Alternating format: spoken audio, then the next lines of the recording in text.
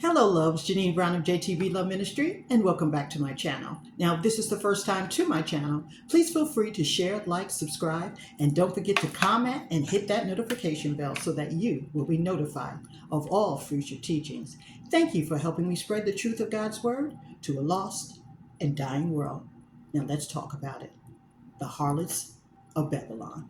Hillary Spirit Cooking Clinton, Michelle Michael Obama, Kacklin Kamala, and Jill Elder Abuse Biden are harlots of Babylon.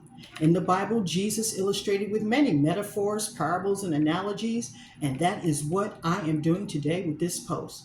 Notice they are all wearing purple, with the exception of Michelle Michael Obama, who is wearing a mixture of purple with red, kind of like her. Is she a man? Is she a woman?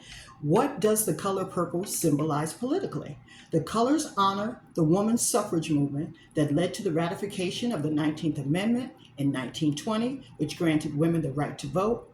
American suffrage colors, purple, white, and yellow, stood for the loyalty, purity, and hope, respectively. Now, we know what the women's suffrage movement has done. It wasn't just it started with the right to vote, and that's, all citizens of this country should be able to vote. But it turned into the feminist movement that was hijacked by a bunch of white liberals who now want to be men.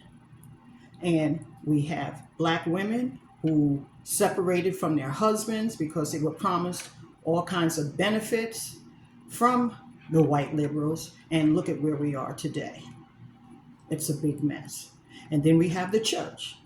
The church has female pastors. Now, I read the Bible, okay? And if Jesus said it, and if the plain sense makes good sense, all other sense is nonsense. So women should not be a pastor over men over a church. That's out of order. Now, that's just my belief and my understanding of the Bible, but people can do whatever they want to do. But I am not going to a church or following any church where the woman is over the man and she is the lead pastor. That's just me.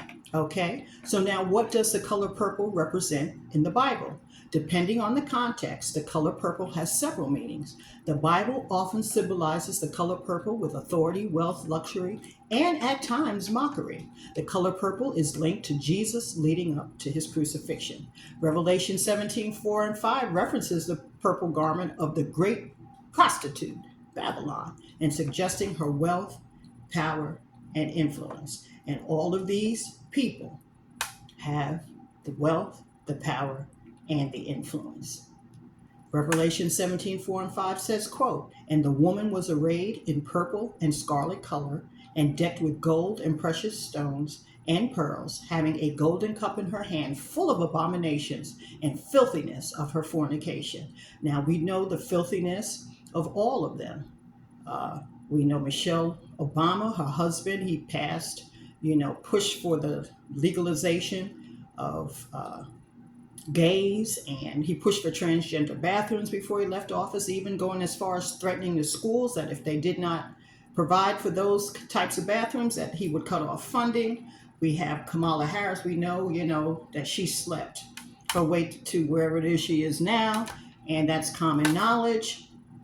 And we also know about Hillary Clinton, all the conspiracies behind Hillary Clinton and what she did to President Trump while he was in office with the fake Russia stuff. She destroyed 30,000 emails that were subpoenaed. But these devils, they always seem to get away with their stuff here in the world. But you know what? God sits in the heavens and he laughs because he knows they have but a short time. Now, in number 5, it says that, "And upon her forehead was a name written, Mystery Babylon, the Great, the mother of harlots and abominations of the earth." For me, Hillary, Michelle, Jill, and Kamala, again, are the harlots of Babylon, symbols of spiritual apostasy and idolatry, and millions of lost, deceived people have been seduced and deceived by these harlots. Each of them, along with their kings, have accomplished a great work and delight in looking over the world, over this nation, at their handiwork, because they have deceived so many people. Now, Psalms 106, verse 39 tells us, quote, they became defiled by their own works and played the harlot by their own deeds. And Proverbs 5, verses 3 through 14. And I'm going to read all of this. It says, for the lips of a forbidden woman drip honey, and her speech is smoother than oil. But in the end, she is bitter as wormwood, sharp as a two-edged sword. Her feet go down to death. Her steps follow the path to hell, Sheol. She does not ponder the path of life. They kill everything, even babies up until the day of birth. Her ways wander, and she does not know it. And now, O sons, listen to me, and do not depart from the words of my mouth. Keep your way far from her. Don't vote for these devils. And do not go near the door of her house, lest you give your honor to others and your years to the merciless.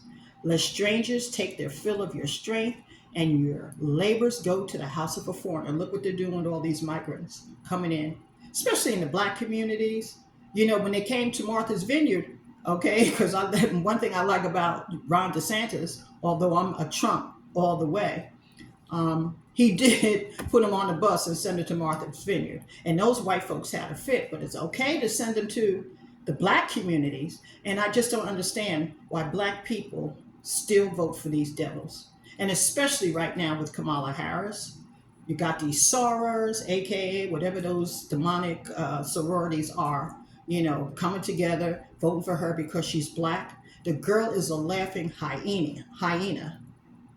You know, you can't put lipstick on a pig, but you got lipstick on this hyena because she doesn't have a clue of what she's doing. Now, let me just go back to this.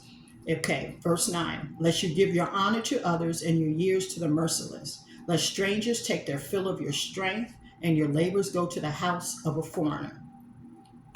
And at the end of your life, you groan when your flesh and body are consumed. And that's what the Black people are in Chicago doing right now, groaning, okay? Been here all their lives, citizens of their country, and they're sitting and watching the people that they voted for, because you get what you vote for, okay? Give all the resources for their Black community to the migrants, and now they're living better to them. But you know what? Thanks be to God. He's waking people up, and Blacks are waking up. It says, I did not listen. Oh, it says, and at the end of your life, you groan when your flesh and body are consumed. And you say, how I hated discipline, and my heart despised reproof. What does the Bible say? My people are destroyed for lack of knowledge because they reject it. I did not listen to the voice of my teachers or incline my ear to my instructors. I'm at the brink of utter ruin in the assembled congregation. End quote. Folks, we are at a crossroads in this nation, and whether you believe in Jesus Christ in the Bible or not, there is a quickening in your spirit that something is coming and that evil is prevailing in not only this nation, but the whole world. It's time to take a stand for Jesus. Stop listening to these devils.